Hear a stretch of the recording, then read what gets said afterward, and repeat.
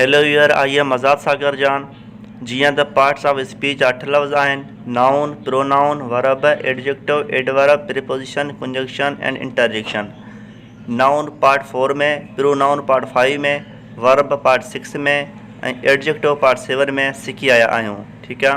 अॼु असांजो पार्ट 8 आहे जंहिंमें असां सिखंदासीं नंबर 5 एडवर्ब, ज़रफ़। ठीक आहे। अचो त ज़रफ़ जी डेफिनेशन ॾिसूं। पार्ट्स ऑफ स्पीच जो पंजो क़िस्म आहे एडवर्ब यानी ज़रफ़। ठीक आहे। ज़रफ़ माना थांव, ज़रफ़ माना थांव। ज़रफ़ जी इंग्लिश में डेफिनेशन आहे। ठीक आहे। An adverb is a word which modifies verb और any part of speech except and noun pronoun is called adverb. ठीक है। An adverb is a word which modifies verb or any part of speech except and noun pronoun is called adverb। अहिड़ा लफ़्ज़ जेके इसम या ज़मीर खां अलावा ॿियनि लफ़्ज़नि जी खूबी या ख़ासियत ज़ाहिर कनि त उन्हनि खे ज़रफ़ चइबो आहे। Example: very, today, yes, now, etc। मिसाल: तमाम, अॼु, हाउ, हींअर वग़ैरह। ठीक है। ज़रफ़ जा क़िस्म: काइंड्स ऑफ वर्ब। ज़रफ़ जा घणा क़िस्म आहिनि। ओके। ज़रफ़ जा 7 क़िस्म आहिनि। There are 7 kinds of adverb. ज़रफ़ जा 7 क़िस्म आहिनि जेकी हेठि ॾिजनि था। Number 1 adverb of time. Number 2 adverb of manner. Number 3 adverb of place. Number 4 adverb of frequency या adverb of number. Number 5 interrogative adverb. Number 6 relative adverb and number 7 adverb of degree. Okay. अचो त हाणे इन्हनि जी definition बयानु कयूं। Number 1 adverb of time. ही सिफ़त जो ज़रफ़ जो पहिरियों क़िस्म आहे। ज़रफ़ ज़मानो या वक़्त। एडवर्ब ऑफ टाइम यानी ज़रफ़ ज़मानो या वक़्त। अहिड़ा ज़रफ़ जेकी जुमिले में कंहिं कम जे थियण जो वक़्तु बयानु ज़ाहिर कनि त उन्हनि खे ज़रफ़ ज़मानो चयो वेंदो आहे। एग्ज़ाम्पल: मिसाल तौरु, आई फाउंड हिम नाउ। ठीक आहे। मां हिन खे हाणे फ़ोन कई। Number 2 she went to Karachi yesterday. हूअ कल्ह कराची वई। तव्हां ॾिठो त हिननि ॿिन्ही जुमिलनि में वक़्तु ज़ाहिर कयो वियो आहे। ठीक आहे। Number 3 example: I am very happy today. I am very happy today. अॼु मां तमामु ख़ुशि आहियां। ओके। नोट: मथियनि टिनी मिसालनि में आख़िरी लफ़्ज़ ज़रफ़ ज़मानो आहे। ठीक आहे। Number 2 adverb of manner. ही ज़रफ़ जो ॿियो क़िस्म आहे। ठीक आहे। एडवर्ब ऑफ मैनर यानी ज़रफ़ तमीज़। Okay.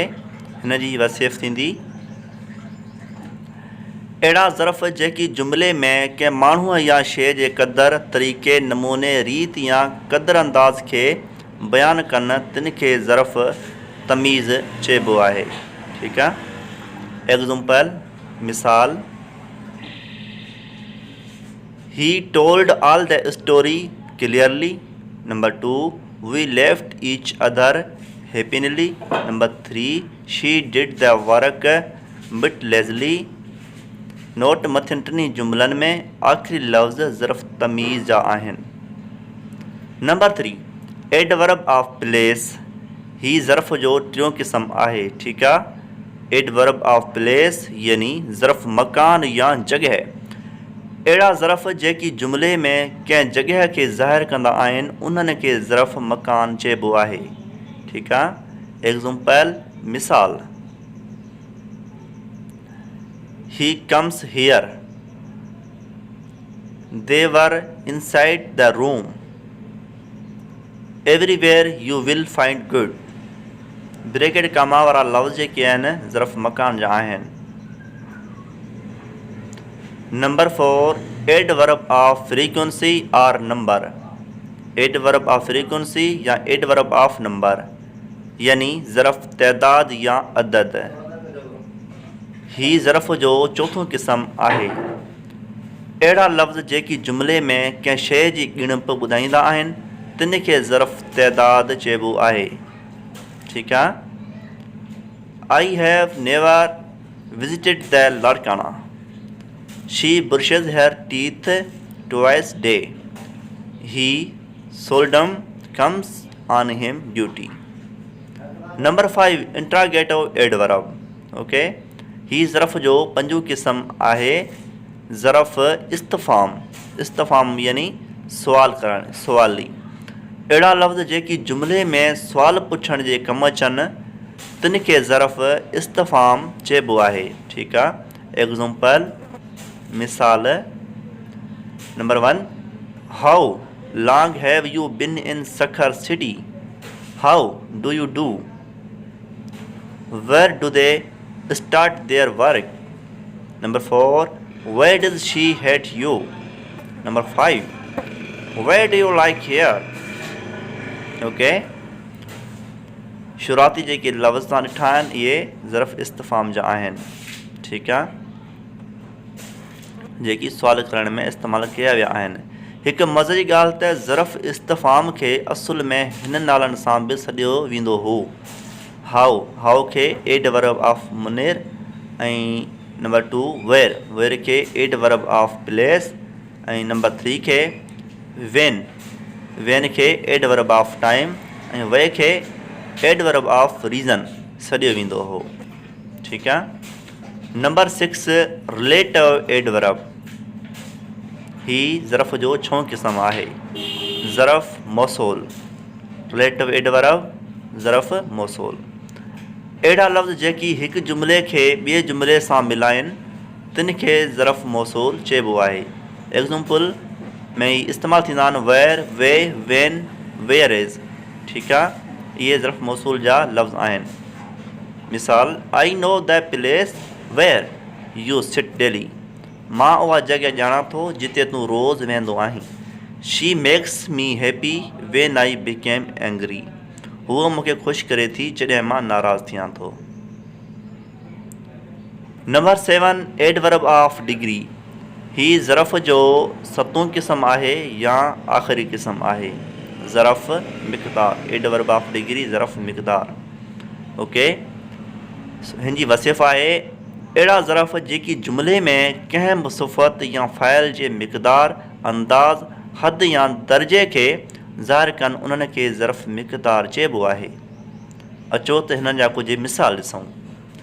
Number 1 it is nearly like U. हिन जी सिंधी में ट्रांसलेट करे वञे थी उहो ज़रे घटि वांगुरु आहे। Number 2 it was partly better यानी हू थोरो ठीकु हो। Number 3 he is almost lazy. हू अक्सर करे सुस्त हूंदो आहे। Number 4 you are very good pupil यानी तव्हां तमामु सुठा माण्हू आहियो। ओके, उमेद कयूं था त तव्हां ज़रफ़ खे सम्झी विया हूंदव। वधीक ग्रामर जी मालूमात वठण लाइ असांजे चैनल खे ज़रूरु सब्सक्राइब कयो अगरि तव्हां नाहे कयो त, ऐं असांजा शुरूआती पार्ट ज़रूरु विज़िट कंदा कयो। ऐं असांजे चैनल खे लाइक, शेयर, सब्सक्राइब ज़रूरु कयो। सब्सक्राइब करणु कॾहिं बि न विसारिजो। लाइक ज़रूरु कयो, दोस्तनि सां शेयर कयो। ठीकु आहे। ऐं असांजी हर पार्ट जो इंतज़ारु कयो। असांजो डेली इंशाअल्लाह पार्ट ईंदो रहंदो। ठीकु आहे। त असां इजाज़त चाहियूं था त वरी मिलंदासीं कंहिं ॿिए पार्ट में। जेसीं ताईं असांखे इजाज़त ऐं पंहिंजो रखो ख़्यालु। Take care carefully. ओके।